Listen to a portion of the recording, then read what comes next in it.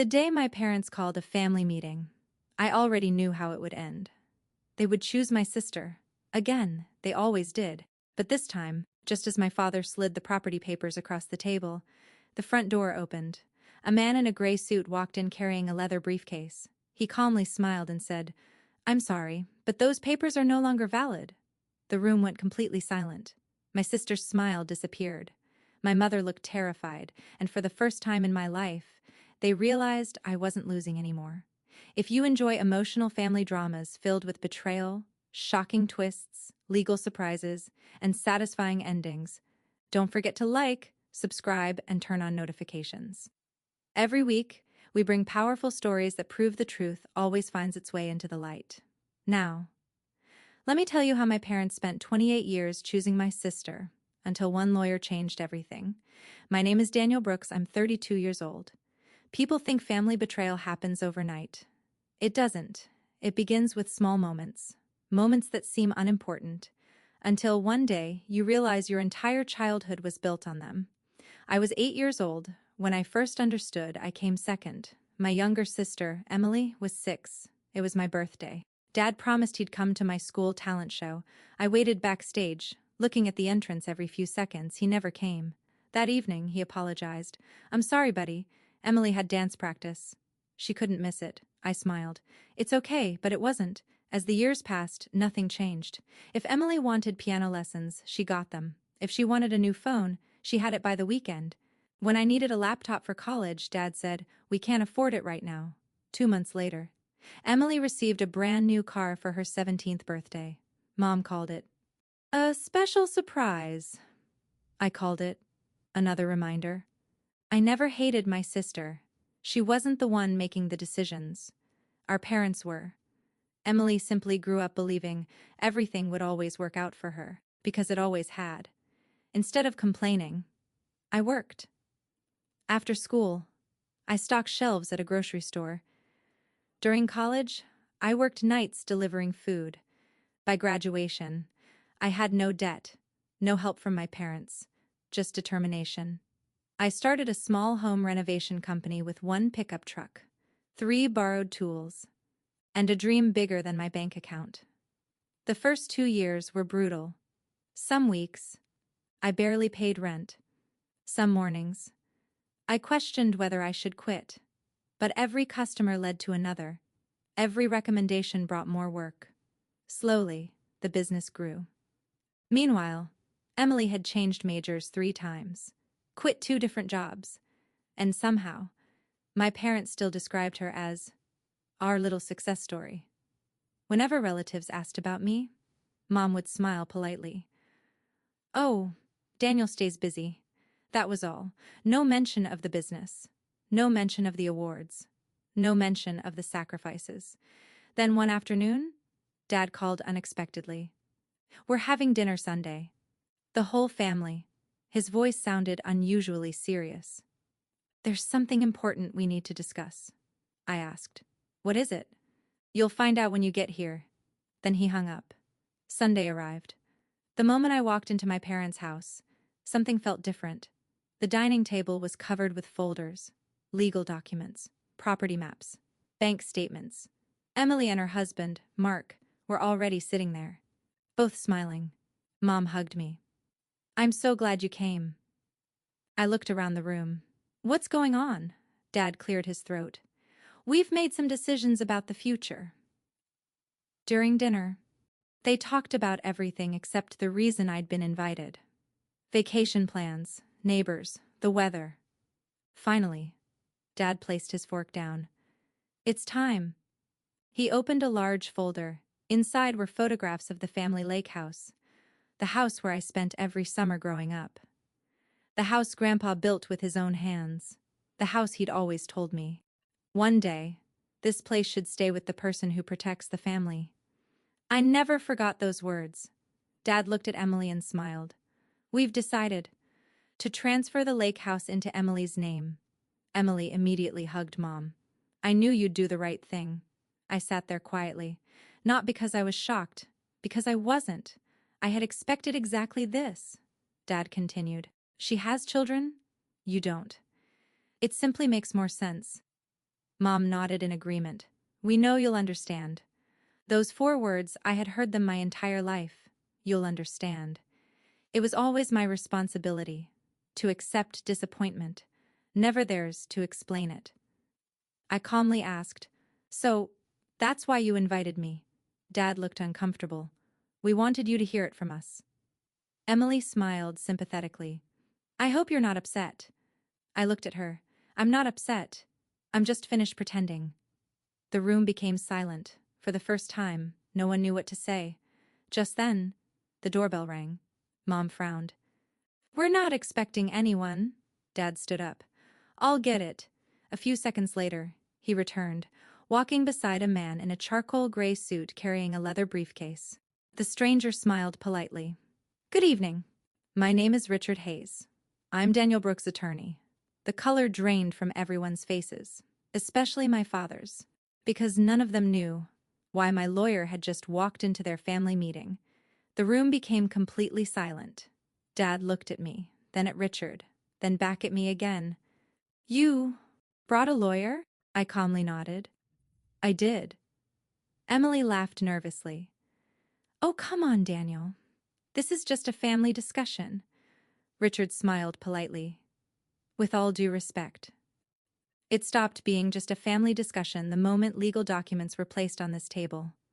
No one spoke. Dad pulled out a chair. "Fine, have a seat." Richard sat beside me and carefully placed his leather briefcase on the table. He didn't open it. "Not yet." Mom forced a smile. "Daniel, why would you think you needed an attorney?" I looked directly at her. "Because every important decision in this family has always been made before I walked into the room. This time, I wanted someone who deals in facts, not favorites." Her smile disappeared. Emily crossed her arms. "This is ridiculous. The house belongs to Mom and Dad. They can give it to whoever they want." Richard calmly replied, "Absolutely no one is arguing with that." "But ownership isn't always as simple as it appears." Emily frowned. "What does that mean?" Richard simply smiled. "You'll understand shortly." Dad pushed the transfer papers toward Emily. "I've already signed. All that's left is Emily's signature." Emily picked up the pen. She looked at me one last time. "I really wish you could just be happy for me," I answered quietly. "I wish that too. But not at the cost of the truth." She rolled her eyes. "You've always been dramatic." Before the pen touched the paper, Richard spoke. "I'm afraid signing those documents today would be a very expensive mistake." Everyone froze. Dad looked irritated. "What are you talking about?" Richard slowly opened his briefcase. Inside were several neatly organized folders. He removed one, placed it gently on the table. "This concerns the lake house." Dad looked confused. "I've owned that house for years." Richard nodded. "Partially." Dad's face changed. "What?" Richard slid a document toward him. "Please look at page 3. Dad adjusted his glasses. The room was silent except for the sound of paper turning. Then his expression changed. "No, that can't be right." Mom leaned over. "What is it?" Dad whispered. This is Grandpa's trust." Emily looked confused. "What trust?" Richard folded his hands. "Your grandfather never transferred full ownership directly. He placed the property into a protected family trust." Emily laughed. "So what?" Richard calmly continued. "The trust includes one important condition. If the property is ever transferred, it must first be offered to the grandchild who contributed to its preservation." The room became silent again. Emily frowned.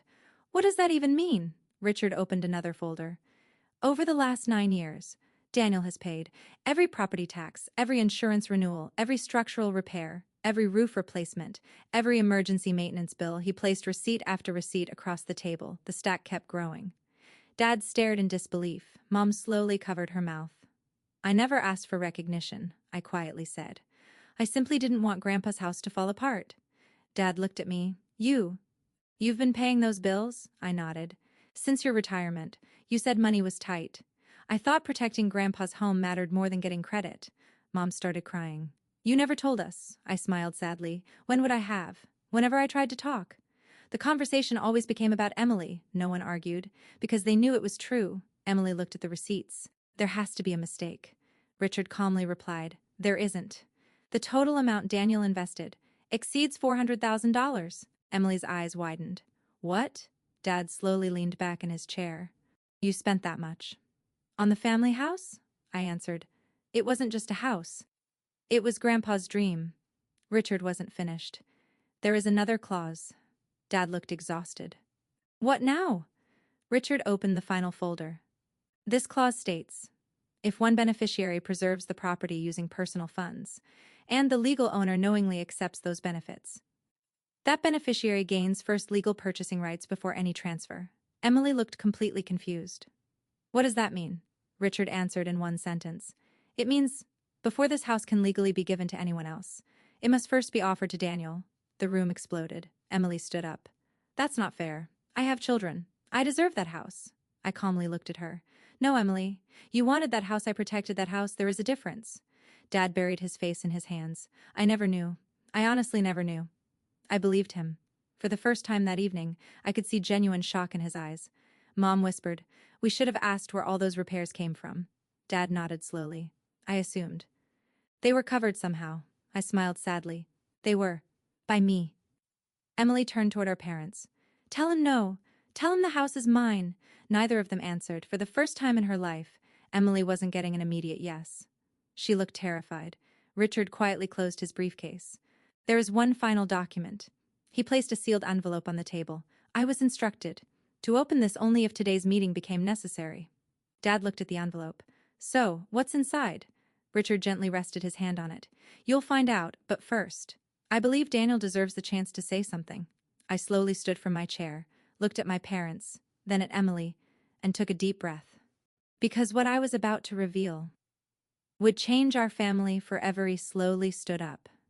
The room was completely silent. I looked at my father first, then my mother, finally, at Emily. For 32 years, I'd imagined what I would say if this day ever came. But now that it was here, I wasn't angry. I was simply tired. I don't want the lake house because it's valuable. I want it because Grandpa trusted me. He taught me that family isn't measured by who gets the most.